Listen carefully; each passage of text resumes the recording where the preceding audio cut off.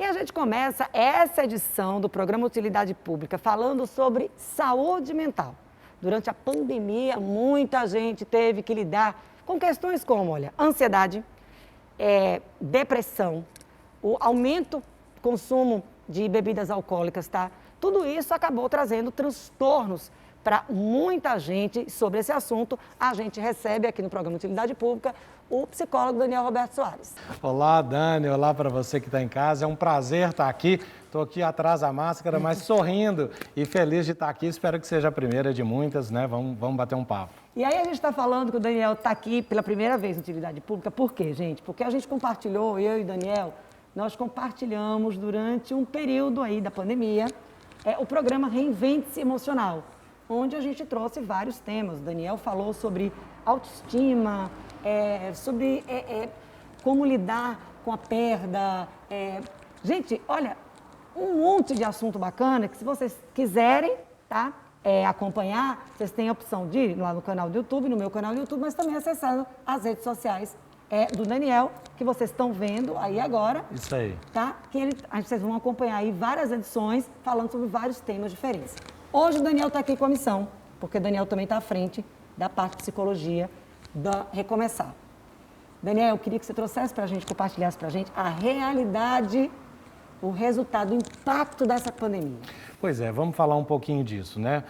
Quando a gente fala, né, do Centro Terapêutico Recomeçar, que é especializado no tratamento de dependência química, então nós estamos envolvendo aí álcool e outras drogas, e no ponto de vista de saúde mental, transtorno mental e equilíbrio emocional de uma maneira geral. Então, sempre colocando a importância do autoconhecimento, então da gente se entender, saber um pouquinho do que está acontecendo conosco, para a partir daí conseguir perceber um pouco no mundo e ver quais são as faltas, quais são as questões que de fato muitas das vezes eu tento acobertar ou esconder na busca de alguma substância, né? Então esse é o primeiro ponto. E neste momento, onde durante a pandemia a gente está falando de mudança, nós estamos falando de alteração na rotina, nós estamos falando de privações, nós estamos falando de momentos conflituosos que naturalmente trazem muita ansiedade, estresse e, em alguns casos, até depressão. É muito importante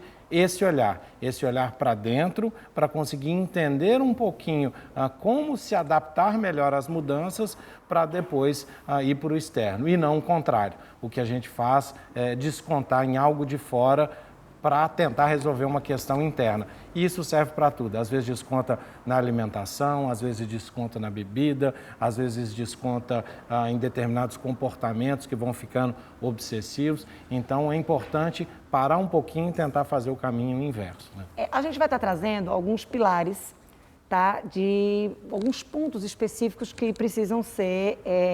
a pessoa precisa lidar com esses pontos para ajudar a passar por esse período. Mas antes da gente entrar nessa parte, queria que você trouxesse um cenário. Aumentou o número de pessoas com esses problemas que nós citamos aqui de fato. Por que está acontecendo? A gente ouve muitas pessoas falando, olha, o pior impacto dessa pandemia vai ser realmente o impacto na saúde mental.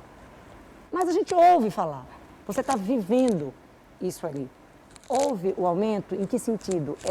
É caso de depressão? É mais ansiedade? É mais o consumo?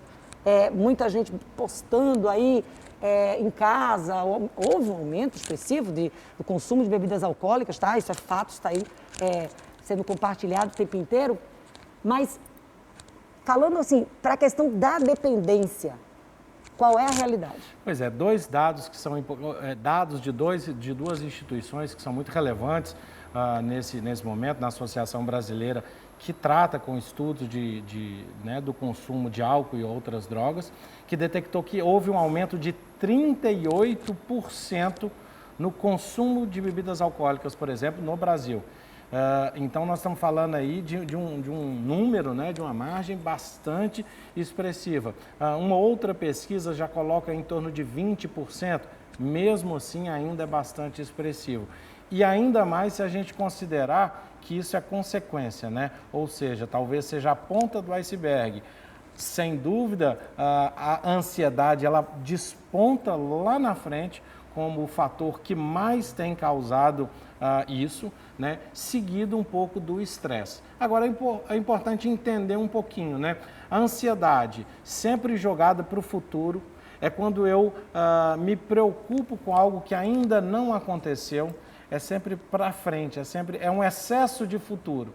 E a bem da verdade é que se a gente for pensando em tudo que é possível acontecer, quase tudo é possível, né? E aí a gente gasta muita energia, ao invés de tentar lidar com o que a gente pode, tentando controlar o imponderável, o incontrolável, né? Aqui, nesse exato momento, um monte de coisa pode acontecer. A gravação pode parar, alguma coisa pode cair, sei lá, algum acidente, luz pode acabar, enfim. Mas não vai acontecer, tá, gente? Pelo amor de Deus. E, estatisticamente, a incidência do que acontece é muito pequena, né? Nós estamos falando de 5%. Agora, aí a gente gasta 95% da energia desnecessariamente pensando nisso. Muita gente, aconteceu com muita gente isso e a gente teve oportunidade de conversar sobre isso também, Daniel, em relação à vaga do mercado de trabalho. Muitas pessoas estavam com seus empregos, mas estavam tão preocupadas em perder, né? E olhando sempre para o que aconteceu com a pessoa e outro, que acabavam não se dedicando, não conseguindo se concentrar e nem dar conta do trabalho, justamente preocupado com uma coisa que não aconteceu. E é engraçado porque o que a gente foca, de fato, expande, né? Agora, nesse exato momento, para todo mundo que está em casa aí, não pense num elefante cor-de-rosa com uma saia azul, por exemplo. Não pense nisso. Ah, já vem à cabeça. É a primeira coisa que vem à cabeça. Então, quando você foca, não posso perder o emprego, ai meu Deus, como é que eu vou fazer? Aí agora, tá difícil, meu colega foi mandado embora, como é que você acaba centrando a energia no problema e não na solução. Ou seja, é aquela sutil diferença do medo de perder, que é reativo, para a vontade de ganhar, que ela é proativa, que ela é para cima, que ela é para frente. Então, ter essa disponibilidade de encarar os problemas, de vivenciar, ainda que com dificuldades, é diferente dessa forma reativa com medo. A todo momento, será que vai cair? Será que não vai dar certo? Será que eu vou falhar? E isso é muito danoso. E num momento onde toda a estabilidade, ou grande parte de uma estabilidade, é colocada em xeque, onde a gente tinha a falsa sensação de que tinha algum controle, quando isso é escancarado, eu entro em desespero, porque eu queria controlar o mundo, eu queria controlar o outro, eu queria controlar a situação. Ao invés de abrir mão dessa certeza e lidar com o que eu posso, eu fico de forma quase que onipotente, né, tentando ter controle de algo que não tem jeito, né? E aí, tem um outro ponto que a gente não pode deixar de abordar, que é o seguinte, esse isolamento fez com que as pessoas ficassem mais próximas fisicamente em seus lares, certo? Então, assim, isso, por um lado, em algumas situações, foi benéfico. Houve uma aproximação, uma reaproximação, né? Pais e filhos, neto, vó, mas, em outros casos, acabou criando um trauma, porque eram situações de desgaste. Isso refletiu também na rotina dos depoimentos lá do Recomeçar? Com certeza. No consultório a gente vê muito isso, né? Às vezes até de forma de brincadeira, em forma de sátira, mas aquela coisa assim de, ixi, agora eu preciso conviver com a minha esposa, eu preciso conviver com meu marido. O que é que eu faço com meu filho que, enquanto eu vivia na hora do almoço, à noite, agora eu preciso estar o dia inteiro. Então, isso leva a questões muito sérias de convivência. E é engraçado porque é sempre esse paradoxo, né? Se por um lado há um distanciamento social, há um afastamento e privação, em outros momentos é o contrário. É exatamente esse estar junto, esse estar tão próximo que vira a questão. E aí fica muito complicado se eu não estou disposto a trabalhar um problema, se eu não estou disposto a enxergar e de forma tranquila ver as dificuldades, os problemas, tentar trabalhar isso, eu vou tentando escapar, eu vou tentando fugir, não lidando com a realidade. E neste momento ficou um pouco difícil com essa questão da presença física, porque estamos dentro de casa, todo mundo dentro de casa, não tem jeito de sair. E agora? E aí agora a gente precisa rever, a gente precisa ressignificar, a gente precisa repensar e mais do que isso, a gente precisa a todo momento readaptar.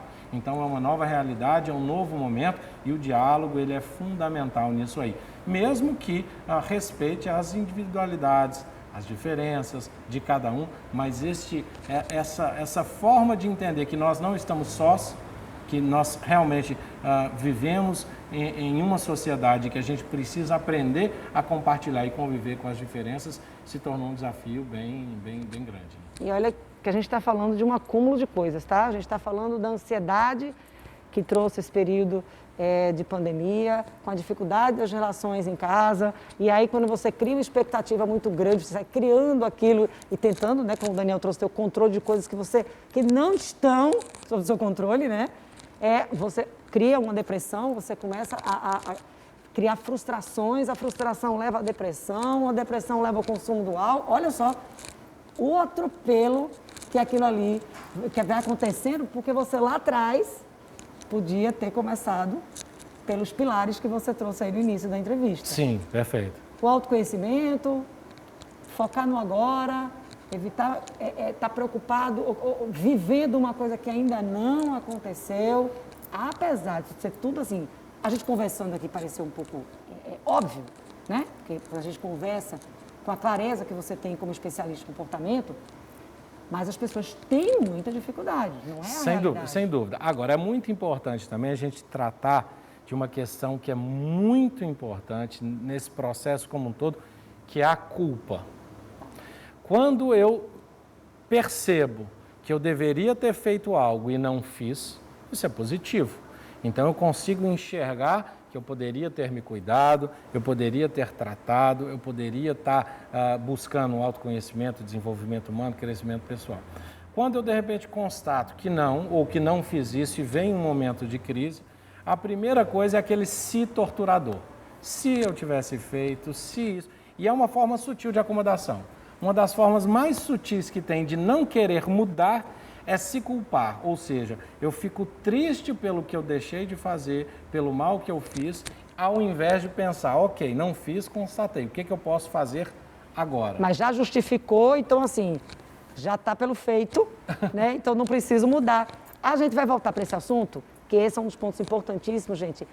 Daqui a pouco, depois do intervalo, não sai daí não, daqui a pouco a gente vai estar aqui de volta com o Daniel Roberto Soares. Primeira vez aqui só, mas a primeira de muitas aqui no programa Utilidade Pública. A gente volta já.